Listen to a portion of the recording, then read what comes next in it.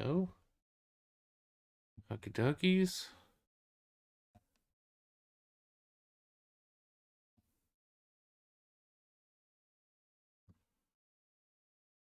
Alright. Let me do this.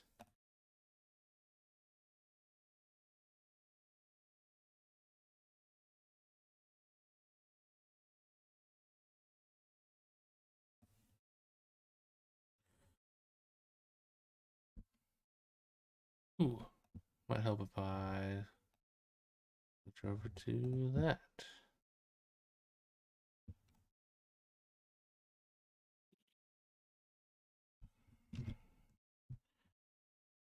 Too many YouTube accounts, man. Did you start a separate YouTube account for putt I stuff? have a separate one. I haven't gotten the verification yet to where I can do the live. So Gotcha. another week of no live, but it's in the works. I'm hoping to finally get back to playing disc golf this Sunday so that we can take artsy pictures for the Instagram. I'll just send them to you and let you edit them. I've been posting on there. I know, I've seen them. I saw. Yeah. That course I played on Sunday was a lot of fun. A lot of fun. I played two courses that I haven't played before this weekend, and they were both Nice. very good. Yeah, there's a tournament at that one. The one I played on Sunday, there's a tournament there. Well, there was one like 2 weeks I was gonna try and get on, but it was already full. It filled up super quick, and then there's one in like the middle of April that I'm gonna try and hop on. Okay, what am I looking for? What am I looking for? That's what I'm looking for.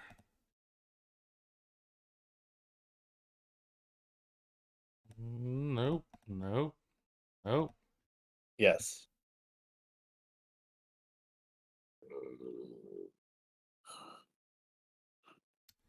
Still no betting lines on ESPN.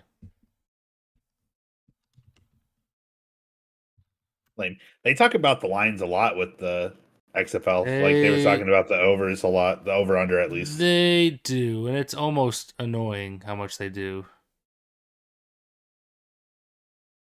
It's like, there's other things to talk about. You can actually talk about the game that's going on. But I also didn't realize that Emmanuel Acho had a brother who was a commentator, because I was listening to, I can't remember which game it was, but I was listening to one of the games. I'm like, I didn't think Emmanuel Acho was ESPN, but it was just his brother, and yeah. they just sound exactly the same. Yeah, they both I want to say they both played at Texas, I believe. Um but yeah. Yeah, because I see Emmanuel Acho on TikTok all the time because he was like getting yelled at for calling Justin Herbert a social media QB. All right. I believe I'm ready to roll. Get the party started. Yeah. You ready to do this? I'm ready. Let's do it.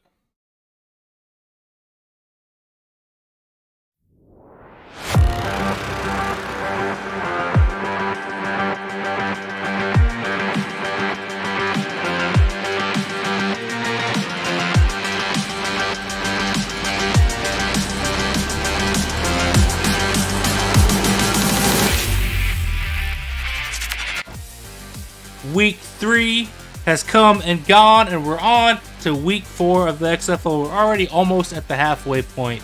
What's going on, everybody? Welcome back to another episode of Booth Review. As always, I'm your host, Devin Primrose, joined by the Sultan of Spice, Mr. Peter Strauss. What's going on, man? I feel like I need my own maraca for Sultan of Spice. There needs to be a shake there just to. No, I'm doing good. Sunday felt like the first time since NFL ended. Just 3 games on ESPN, just able to watch a marathon of football. It was a good time. It was a good time. Yeah. And I had a 3-day weekend. I have to work this Saturday, but it got me off yesterday, so a 3-day weekend for me. Super nice, super good time.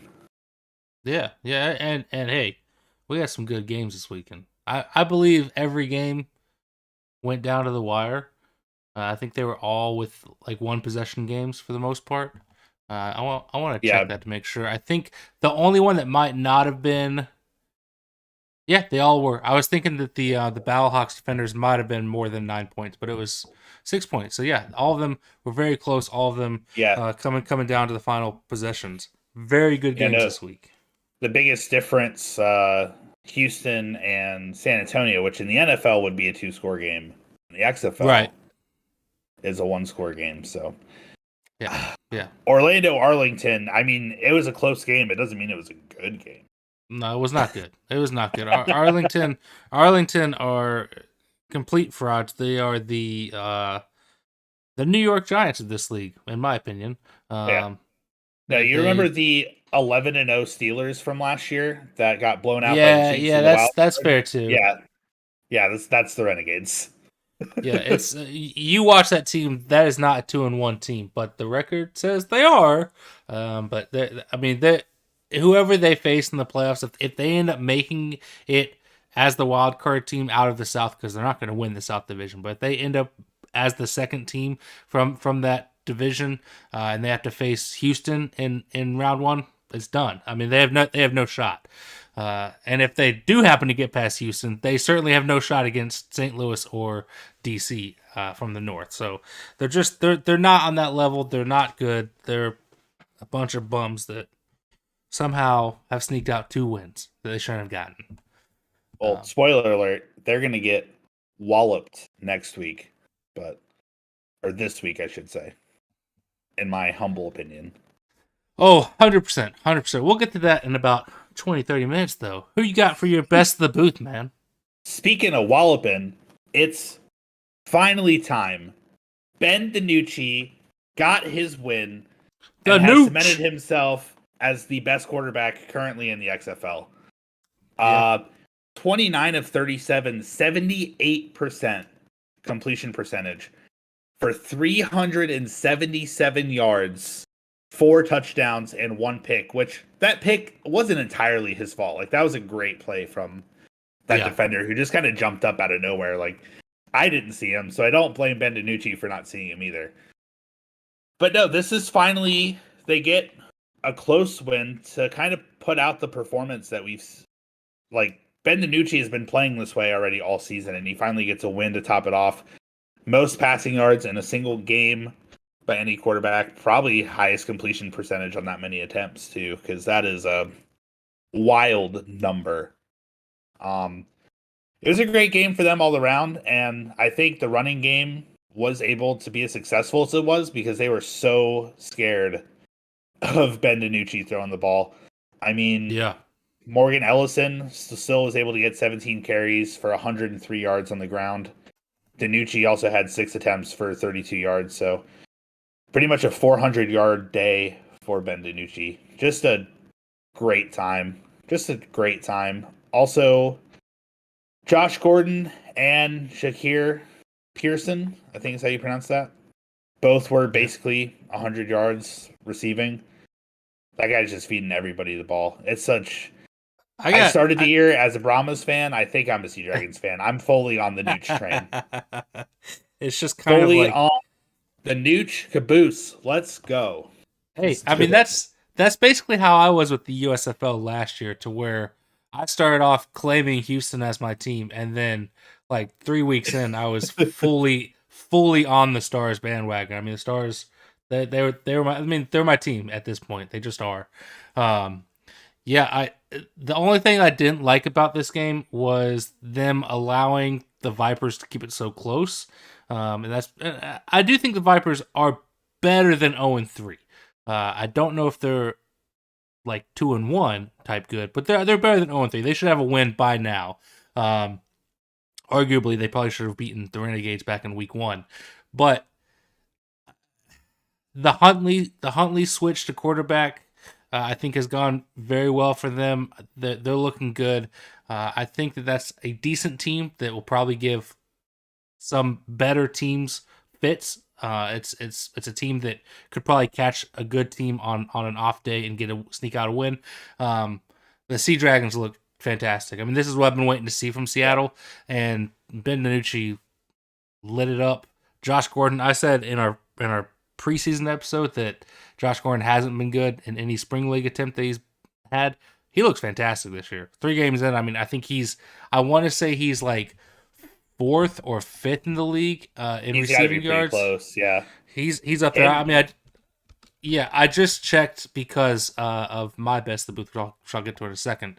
But I know he's up there. I just want to confirm. I think he's in the top 3 in receiving yards.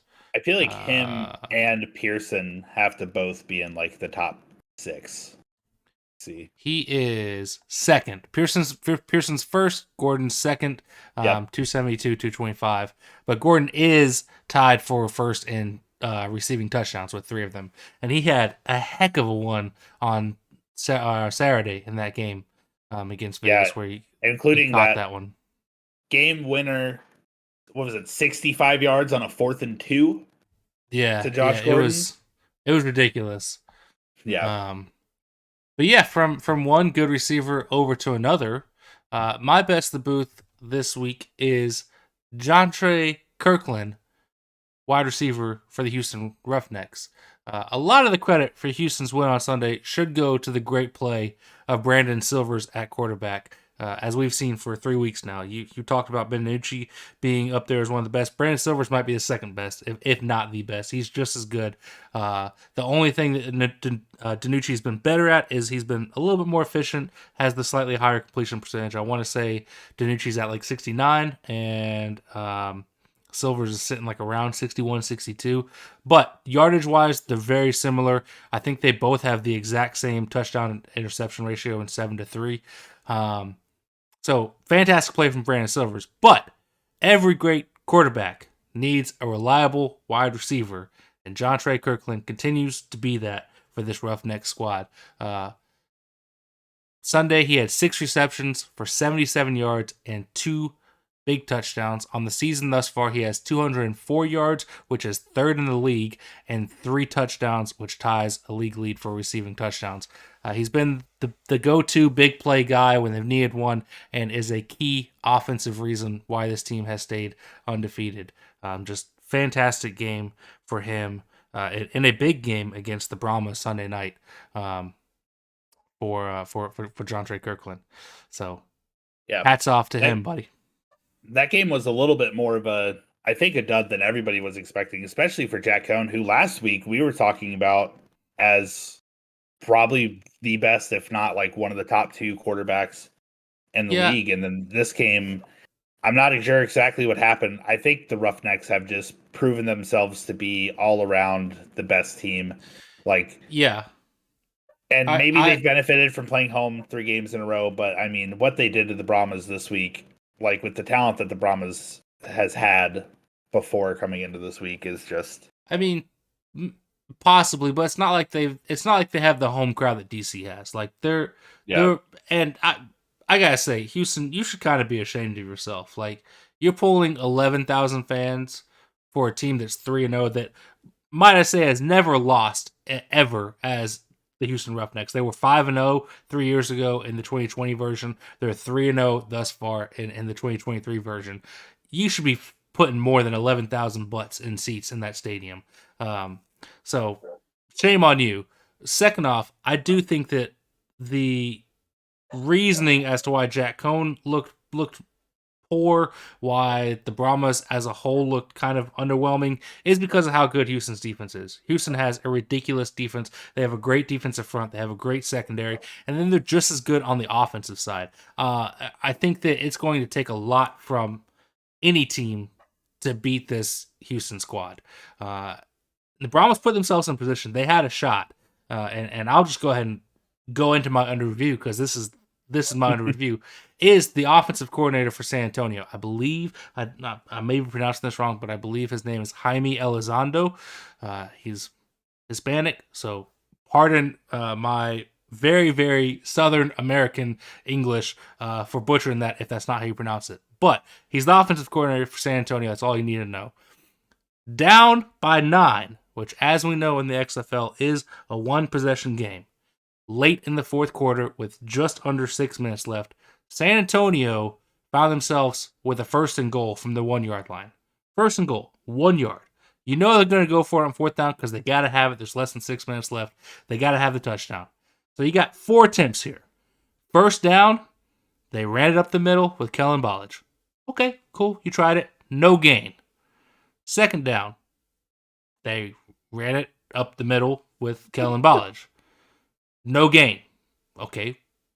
You tried it twice. Now let's maybe try something else.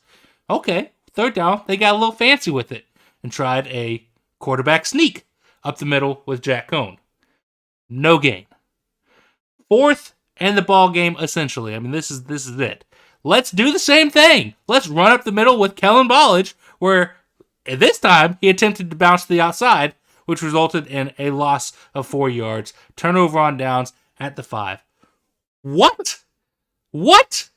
I listen, I get that in theory, with 4 downs from the 1, you should be able to punch it in.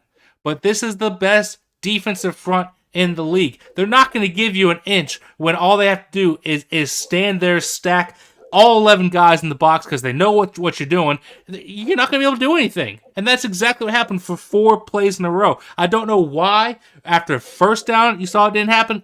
I get trying it 2 times in a row. I'm on board with that. But after 2 times, put the ball in the air. Or at least try and throw a pitch to the outside. Something else. But trying 4 runs up the gut from the 1-yard line was an absolute mistake. It's the reason you lost this game.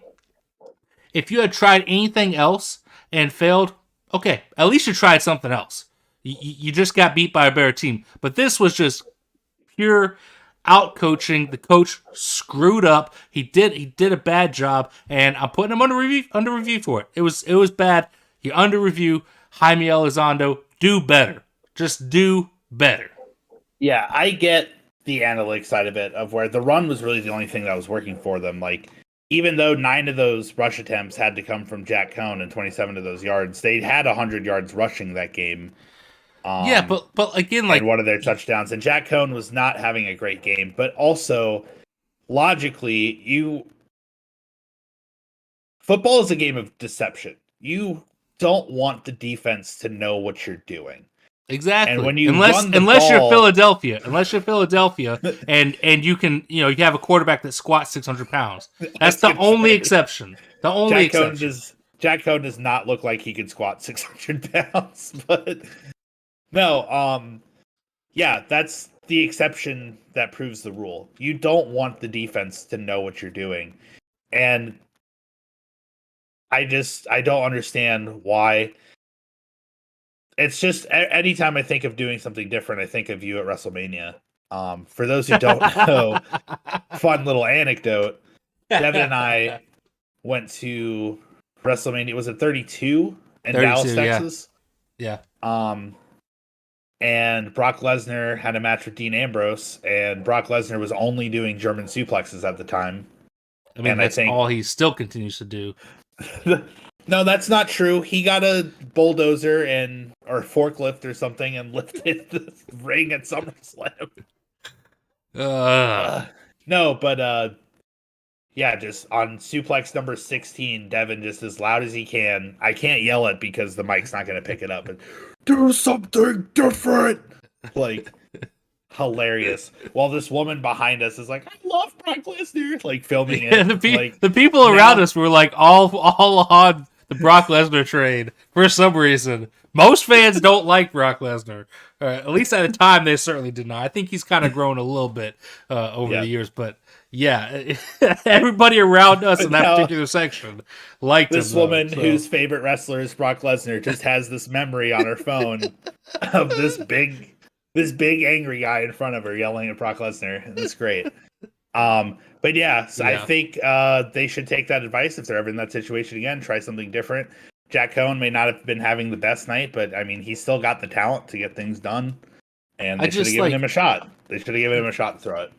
This is a game in which San Antonio really did get outplayed the entire game. I think that if anybody goes back and watches that game, if you didn't watch it already, if you go back and watch the highlights from it, you'll see that Houston basically did whatever they wanted, and for whatever reason, San Antonio played well enough, even though clearly getting outplayed, to find themselves in a position to put themselves back in the game, at least tie it up or get close to tying it up. Maybe pull a Battlehawks from week one and have a couple things go their way to put them back in it. But like they were in position, and this was just a moment of a coach just being a big old dummy, and like again, I think there's ways. I'm not against them running the ball because, like you said, Jack Cohn was not having a good game, but get a little creative with it. Like, try some different runs. You don't always have, and every time you run, it doesn't have to be right up the gut. Bounce it to the outside. Do a little pitch play out to the outside. Like, do something else. Just try something else. Yeah. Because they know what's coming. So you're going to have to try and figure out a way of taking that knowledge of them knowing what's coming and using it against them. And running it up the gut 4 times in a row is not that. It's just stupid. Yeah. Speaking of just stupid, my under review is once again the Orlando Guardians offensive line. And I say once again because you already did this to them. You already did this to them in week 1. And normally when we do under reviews, we try to go for people that like we expect to do good and ended up not playing well. Like Jack Cohn would be a good example this week. Right. Of maybe somebody who could have been under review. But this performance by the Guardians offensive line was so much worse than even their standards. Paxton Lynch, old man Paxton Lynch. I actually don't know how old he is, but he looks old. Paxton Lynch is running for his life. He had 10 carries, I think, for like 40-something yards, but they were all, watching the highlights, they're all scrambles. You don't design run with Paxton Lynch. Right. That's not a thing you do. 10 carries. And Paxton Lynch didn't even play a bad game passing wise. He just didn't get the chance to throw as much as he should have because their offensive line just couldn't hold anybody. I mean, you're not supposed to hold in football, but you know what I mean. Yeah. Paxton Lynch had 10 carries. He also was sacked 4 times. So already off the QB performance, not good. How about the running back performance? For the total for both of their running backs, Kevin Taylor and Jermaine Martin, 14 carries for 34 yards for their 2 running backs. So not even 2 yards a carry, if that, or maybe a little over 2 yards a carry, like 2.5.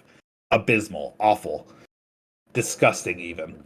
Yeah, that's not going to get it done.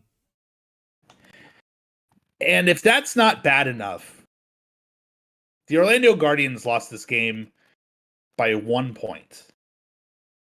And at one point it was tied 3-3. The Orlando Guardians, Paxton Lynch has made a great pass, like a 30-yard pass, got him basically in the red zone. They run a play to Jermaine Martin on the outside, and offensive lineman, number 64, Fred Lawina, again, American white English, not going to pronounce names right. Fred Lawina, and I'm saying his name because he deserves to be laughed at. For however many people are going to listen to this podcast, please laugh at him for me. Throws his elbow back into the ball and causes a friendly fire fumble while they were in field goal range. Literally, they could have gone up 6-3 and completely changed the outcome of the game. But instead, you can't protect your quarterback. You're going to force him to get tired and run. You can't get a running game started. And when you finally have some momentum, you give the ball to the awful, awful Renegades. And now they have 2 wins. And it's all your fault. All your fault. I'm running out of breath because I'm so mad about it. Orlando Guardians offensive line, Fred Lawina, under review. If you guys ever want to win a game, get your freaking act together, man. I was expecting this game to be my Sunday afternoon nap, and it was just so. I was so angry. I couldn't It, sleep. I was just like, is anybody going to do anything this game? No, it didn't happen. it really is like ridiculous how bad Orlando is. Like every single week, I'm almost amazed as to how bad this team is compared to the other teams. Like I think Arlington is bad, but Arlington is at least competitive with teams. You know what I mean? And like Yeah. Orlando's not. Like they're just not. I mean, I guess they were on Sunday somehow against a bad Arlington team, but like outside of maybe the Vipers and Arlington, like Orlando's going to get steamrolled by every team outside of the Vipers and the Renegades, because the Vipers and the Renegades are only a step better. And even then, I think if the Vipers and Renegades really wanted to, they could steamroll them, just because the Guardians are that bad. They're just bad. It's Yeah. And the that's rough, Vipers, man. even now, if the Vipers keep playing like they did this week, I don't even think that's a possibility. I think you just got to Yeah, I wait to. agree. You might get one more game against the Renegades that you can win, and that's probably it. Yeah, I yeah. It's don't. it's very much like the Pittsburgh Maulers last year, where it's like this team is Yeah. just they're just bad. It's not even like you're like consistently getting in your own way. Although obviously with the friendly fire fumble, that was one They instance did of it. this But week, like but not. They don't do it every week. Like they're not like the right, Houston Gamblers, where it looks like there's hope every week, and right, then they just right. literally fumble it at the end. It's just It's they can't even get anything sadness. going. Yeah, it's sadness from minute 1 to minute 60 is just bleak hope, like Call nothing. yourself the Yeah. Guardians, and you can't even guard the football from your own teammates. Yeah, it's rough. It's rough. Well, do we have a legit or counterfeit this week? I do, and I think it's a little bit of a fun one because watching the games this week, a lot of, Yeah. especially when DC and the Battlehawks were getting into those brawls, they were like, "Come Yeah. on, that's not what the XFL is about. The XFL is about getting these guys opportunities to get some tape in and potentially go to the NFL, right?" Yeah. Well, I looked at some teams in the NFL, and some teams that were very close to making the playoffs, and I was thinking, what if those teams, instead of had their current quarterback this year, had one of these XFL guys, had like Ben DiNucci or Brandon Silvers, these top two guys that have been playing very Ooh. well in this league.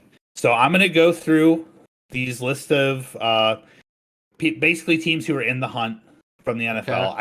I did not include the Packers because saying any of them are better than Aaron Rodgers is ridiculous. I didn't say the Listen, I'm glad you realized that. Coming from you, that means a lot. like.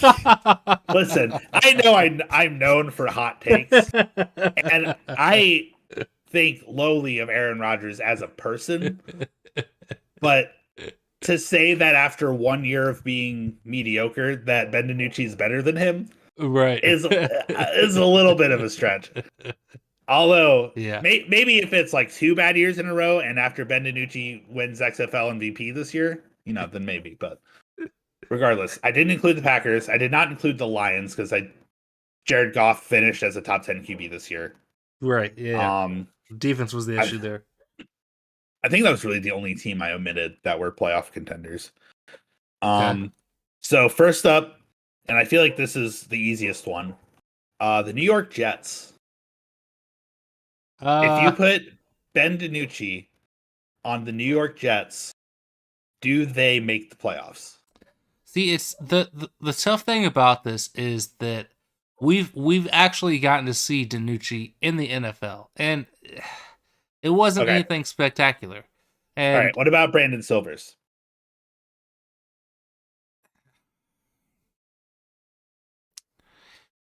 it's still tough because like the competition in the XFL is inferior than the NFL. Like it just is. It's going to be. And so just because a guy is successful in the XFL doesn't mean that it's necessarily going to transfer over to the NFL. But with all that being said, I think a blind monkey would be a better quarterback than Zach Wilson.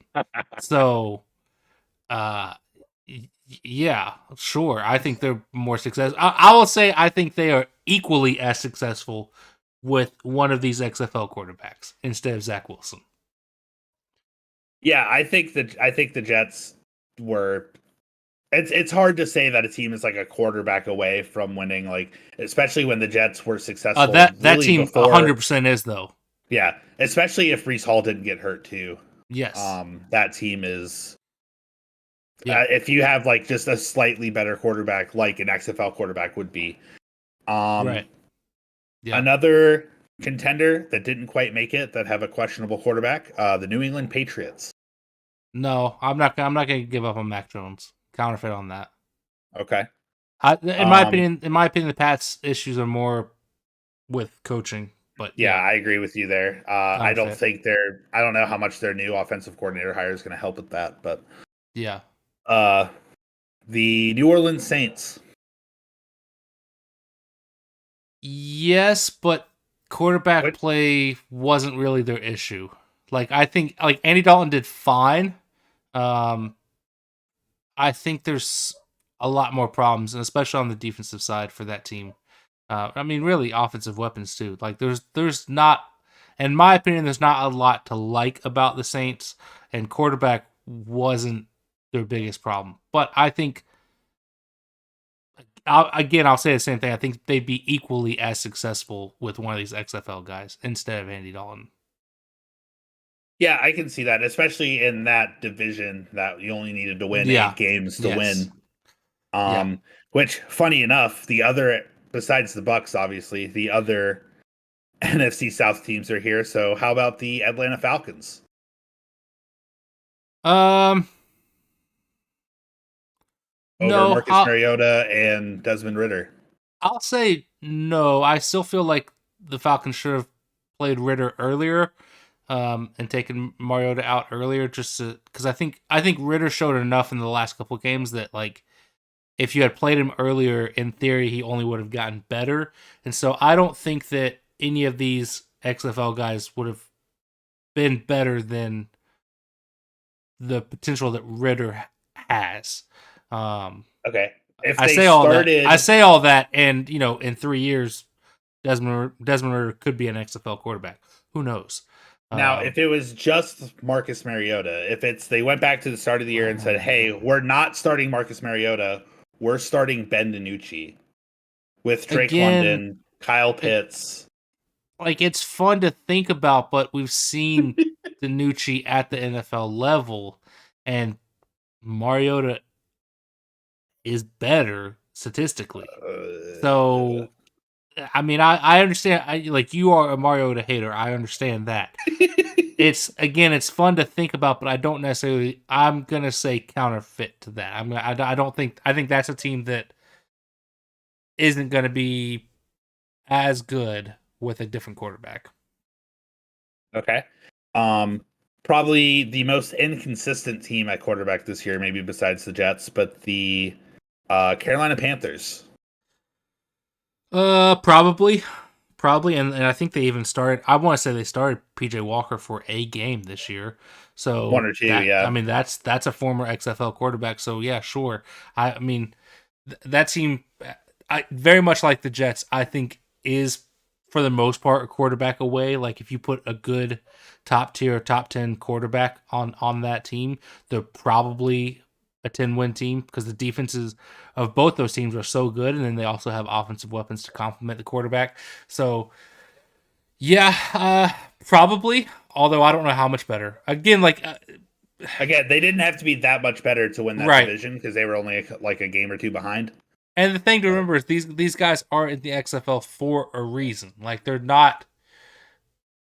I don't want to say they can't be successful because look at what Taylor Heineke. Like Taylor Heineke is a former XFL quarterback and he did very well for the Commanders. The Commanders never really gave him the opportunity that he probably deserved, but he did very well for them.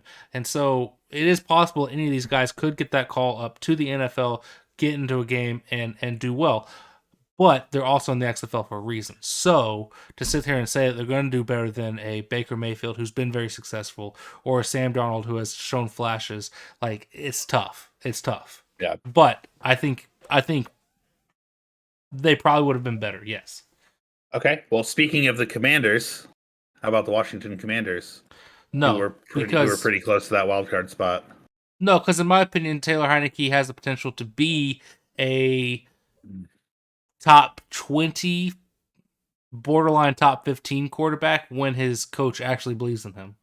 So Well, they've made it sound like Sam Howell is their starter, but that's for a yeah, he different is. podcast.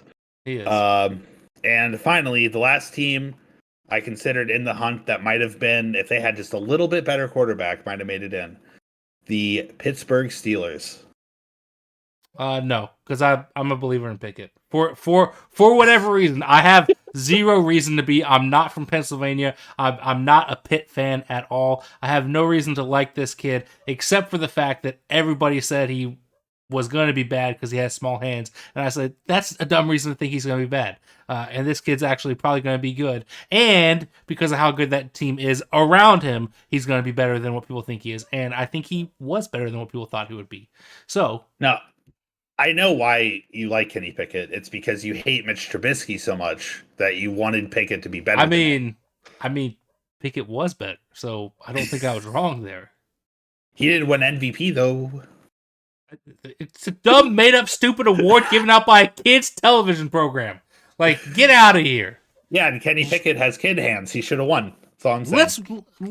Let's move on to power rankings. I can't get into this right now. Let's move on to power rankings. Who do you have in your 8th spot? I think I know who you have in the 8th spot. I don't think this is going to change the whole season. It's the Guardians. Just 100%. win a game. Maybe you can go above the Renegades, but for right now, it's just garbage. Just trash. Yeah, I've also got the Guardians there. They're a bum team. They're probably going to stay there all season. In the 7th spot above them, I do feel bad about putting this team there. I have the Vegas Vipers.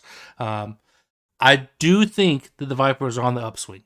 I want to see more from Hundley leading the offense. I think Hundley has looked good. Let me rephrase that. I think he looked good on Saturday. I don't think he looked good last week, but there was also weather issues. So I want to see more. I'm not quite 100% sold on this team, but I think there's talent there. I think they could put up a fight.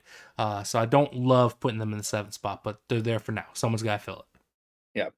At number 7, I have the fraudulent Arlington Renegades, who were a friendly fire fumble away from losing to the Orlando Guardians. Nothing about the Renegade. Even Kyle Sloter, who I love. I love Kyle Sloter. Even Kyle Sloter couldn't save this team from looking bad. Like, just getting a win that they probably didn't deserve. And there's just... Kyle Sloter is the only guy I really like on the team. So, yeah. Number 6, I'm putting the Vipers slightly above the Renegades. While even though the Vipers are 0-3, I think I'd like the switch to Hundley at quarterback. He's just a little bit more mobile. The team seems to be around him more, and the Hundley to what is his name? I gotta go back and find it. Jeff. Something. Jeff Badette. Yeah, Jeff Badette. That connection that dude was always open for Hundley. Like, those guys have a chemistry in the XFL that I think is going to carry them to some more wins down the road. So up a spot from last week, I have the Vipers at number 6. Yeah, I've got the Renegades at 6. I could have very easily flip-flopped Vipers and Renegades. I have no problem with those teams being flip-flopped. Like, I think the Renegades and Vipers are very close. I don't know. Renegades, I guess, because they have an extra win. That's why I gave them the extra spot up, but I don't feel good about it. So at number 5, I have the San Antonio Brahmas, which 3 through 5 was really tough to place. I think those 3 teams are very close together. The Brahmas, it's tough putting them there because they put up such a good fight against a team that is easily the best. Spoiler alert: the Roughnecks are going to be in my number one spot. They're probably going to be in your number one spot, just because they are the best team. And the Brahmas just lost by one possession to them. Like, put up a really good fight, put them in a position to, potentially tie the game. It's tough putting them at 5, but I think they're still figuring a lot of things out. I don't think they're at their best yet. I think the best is still yet to come, but I think they're figuring some things out. We're seeing kind of the growing pains of a team that is still young and figuring things out. Have a new head coach in Hines Ward, so that's why I have them at 5. Could easily be a little bit higher, but I've got them at 5 for now. Yeah, I also have the Brahmas at 5. Just kind of a tie between them and my number 4 team, and the number 4 team has one more win, so I gave the tiebreaker to them. I think the Brahmas have the potential to be higher up just this week with the poor performance of Jack Cohn and the fumbling of the play calling at the end of the game. Yeah. And pretty much everything you said as well. Just they fall 2 spots for me down to number 5. And also falling 2 spots this week, I have the St. Louis Battlehawks. They just couldn't find the magic that they like. They played this game for the most part pretty much how they played the first few quarters of all of the other games, which was like fine but not great. Yeah. And then couldn't get the magic to come back at the end, which says potential fraud to me a little bit. But not to drop them down too far. They were at number 2, and they are now at number 4, the St. Louis Battlehawks. Yeah, I've got the Sea Dragons at 4. I think the Sea Dragons, to me, I just want to see some more consistency. The fact that I sat there and watched them for 2 weeks give away 2 games in the second half. They did put it all together in week 3, but it was against the Vegas Vipers. So I just want to see more consistency. That's my big thing there. I think they're ultra talented, especially on the offensive side. I just want to see that little bit more. At 3, I have the Battlehawks. I could have easily put this is another team I could have easily put at 4 and put the Sea Dragons just above. I think, like I said, 3, 4, and 5 are all super close to me. So I just happened to put them in this order for whatever reason. Probably I probably gave the Battlehawks the edge over the Sea Dragons because they have the 2 wins and because I've seen them in clutch time turn it on to get the win, whereas Seattle in clutch time fumble away the win. So that's probably why I put those 2 where I did. But yeah, St. Louis 3, Seattle 4. Yeah, Sea Dragons jumping up to number 3 for me. Maybe I'm a little biased on the Nooch Caboose, but I think the Sea Dragons, legitimately, I think the Sea Dragons might have, if not the best, then the second best offense in the league. It's either them or the Roughnecks for the best offense, but Danucci's been playing slightly better than Silvers. I feel like the run game for the Sea Dragons has been just as good. It's, again, just needing to finish out games, but I think now that they have the taste for it, I think that's something they can keep going out and doing, especially as the connection with Danucci and Josh Gordon and Jakir Pearson grow. For sure, yeah. So the Sea Dragons up 3 spots to number 3, and then up 2 spots to number 2, I have the DC Defenders. Currently still trying not to disrespect the Beer Snake. I do not want that bad juju in my house. No, we saw what I wanted to see this week from the Defenders, which was, besides their rushing game being incredible and their defense being incredible. I mean, there were a lot of turnovers this game. Yeah. But also Jordan Ta'amu, not that it was like a great game, but it's the best game that he's definitely had so far. 11 for 20, 196 yards, 1 touchdown, no interceptions. I mean, it was a clean game from him. I was shocked with how much Derek King was in the game, with how well Ta'amu was playing. So that worries me a little bit. But, I mean, they also had 136 rushing yards. That's a hard team to stop and to score points on. I think that's kind of the reason why they put Derek King in there, is to be kind of like the Taysom Hill role, to where it's like, okay, this guy's probably going to come in and run the ball. There is a slight threat of him passing, but it's like a change of pace kind of quarterback. I don't think that they're putting him in there because Tiamu's necessarily playing bad, although Yeah. the first 2 weeks Tiamu did not look good. Yeah. But I'm with you. Yeah, Tiamu, this is the best game he's played thus far, and through three games so far this season. And yeah, I've also got DC too, and probably I've got DC too because of the fans. Honestly, like best fans in the XFL, hands down. Yeah, easy spot for put them at number 2. Yeah. And at number 1 for both of us, I think, is the Houston Roughnecks. They're just in a different league almost. Like they are, for as bad as the Guardians are, the Roughnecks are that good. Like they're just, it's like opposite ends of the spectrum. Guardians can't do anything. The Roughnecks can do whatever they want. Yeah, the Roughnecks are at least top 2 on both offense and defense. Like that's why I have like Sea Dragons at 3 because I think they have the best offense. DC at 2 because I think they have the best defense, and then the Roughnecks are like, yeah, but we're only slightly worse than the 2 of you at both of those things. They are definitely the most balanced team. They're the scariest team. And we'll see what happens as they start to go on the road. They did have 3 home games in a row, but like you said, their attendance was pretty abysmal and may not affect them much unless crowd noise of opposing stadiums. Like if they go into DC, or we'll see how St. Louis is this week.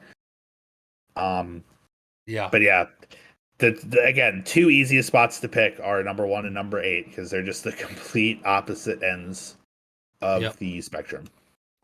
Yep. Well, I say it's time we put week 3 in the rear view and turn our attention to week 4. And I say, let's get picky with it, man. Na na na na na, get piggy with it. Na na na na na, get piggy with it. Na na na na na, get piggy with it. Yeah, hyping me up there, man. Getting me going. That song's, I don't know if you know what song that was. It's been stuck in my wife's and mine's head literally all day. So I do not know what song it is off the top of my head. Have you seen Parks and Rec? I have, yes. You know the scene where, I don't remember their names, but there's 2 of them that like fake their own deaths and then go to their own funeral. It's the song they're singing as like they leave their funeral. Don't be suspicious. Don't be suspicious. Yes. Yes. I gotcha. Hey, I did a reference that you recognize. Go me. Starting us off at 7 p.m. over on FX on Saturday night, we have the 3-0 Houston Roughnecks traveling out to Camping World Stadium in Orlando to take on the 0-3 Orlando Guardians. Guardians, I feel bad for you. You're going to get walloped. You're going to get stomped. This is going to be a bloodbath. Listen, in football, it's tough to say you got no shot, but you have like a 0.2% shot at this. And I don't see it going well. The betting line currently, the Houston Roughnecks are 8.5-point favorites on the road in Orlando. I think that could be 15-point favorites, and I think they would still cover. Orlando has no shot. I'm going with the Roughnecks because I'm not an idiot. Houston all the way. Who you got, man? Yeah, when I was mentioning that the Houston Roughnecks are playing this first road game this week, I did not realize that they weren't actually playing a football game, but they were running a clinic. Yeah. I'm going with the Houston Roughnecks as well. There's nothing to even slightly believe in on this Orlando Guardians team. Nope. I'm sorry, there's no other XFL team in Florida. I don't know who else you would root for. Just root for the Roughnecks. They're going to be there, so might as well root for the... Can't beat them, join them, you know what I mean? Yeah. I feel bad for Orlando fans. They're going to this game like this. You have no shot. You have no. I mean, you have the smallest little glimmer of hope.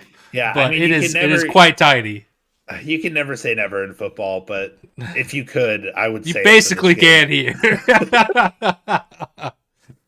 Immediately after on FX at 10 p.m., we have the San Antonio Brahmas heading up to Seattle to take on the Seattle Sea Dragons. This one, I feel like, could be quite good. Tickets are as low as $19, so if you're in Seattle, go out to see this game. This would be a fun one. At home, the Sea Dragons are 4.5-point favorites. I think that's a little wide of a margin there. I'd probably put the line closer to like 2.5 points. Probably still in Seattle's favor. I really want to pick San Antonio here because I want San Antonio to get a win, get things going the right way. But I think I'm going with Seattle. Like, Seattle just has, their offense is very special. They have something very good. I think the Brahmas to me are a little bit more balanced, but they're not like, they're like mid-tier balance, if that makes sense. Like, Yeah. it's a good offense but not great offense. It's a good defense but not great defense. But I feel like the Brahmas are a team that can put up a fight against anybody. Maybe win some games, probably lose some games. And I think Seattle just has such a good offense that they're going to get things going and get the win. I don't think they're going to win by much. I think it'll be a close game, but I think that Seattle pulls away. Who you got, man? Yeah, I think the picks might be a little one-sided with us this week because, I would love the San Antonio Brahmas to bounce back, but I think the Sea Dragons are going to keep rolling. They found their rhythm. They found their chemistry. They got the momentum on their side. They're playing at home. Just everything seems to be in their favor this game. Like, sometimes it means it's a trap game. Sometimes it doesn't. I don't think it is this week. Give me the Nooch Caboose and the Seattle Sea Dragons in this one. Yeah, I'm with you. Well, turning our attention to Sunday, I have to say, if you have not, for whatever reason, if you have not sat down and watched an XFL game this year, first off, if you haven't done that and you're listening to us, thank you, but also that's very odd. But two, this is the day to do it. These two games on Sunday, back to back on ESPN2. Go do yourself a favor and do this. At 4 p.m., we have the first Battlehawks home game of the season at the Dome in St. Louis. They're expecting close to 30 to 32,000 fans in attendance. I know that they sold out the lower bowl. They had to open up the upper levels for seats. So they're expecting over 30K there. I think that crowd is going to be rocking. If we all thought DC had the best fans, Battlehawks fans are about to say, hey, hold my beer. And I think they're going to be rocking that stadium. So the Arlington Renegades on the road, taking on the Battlehawks at 4 p.m. on ESPN2. Ooh, Renegades, I feel sorry for you. The Battlehawks are 4-point favorites at home. Again, I think this line could be bigger. I understand why it's not, because the Battlehawks have probably underperformed thus far in a lot of their games. But being at home, finally in front of that rocking St. Louis crowd, I think they're going to be fired up. I think they're going to put on a show. I've got the Battlehawks winning this one.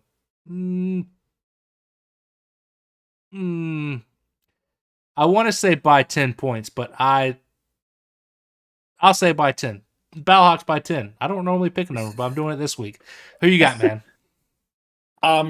Yeah, I'm with you with the Battlehawks. I think the Arlington Renegades are frauds, and they are not prepared. 100%. Yes. They are not prepared to play in front of this many people, in front of a crowd that have been itching for a football team besides XFL 2.0. I don't remember when the Rams moved, but 2018?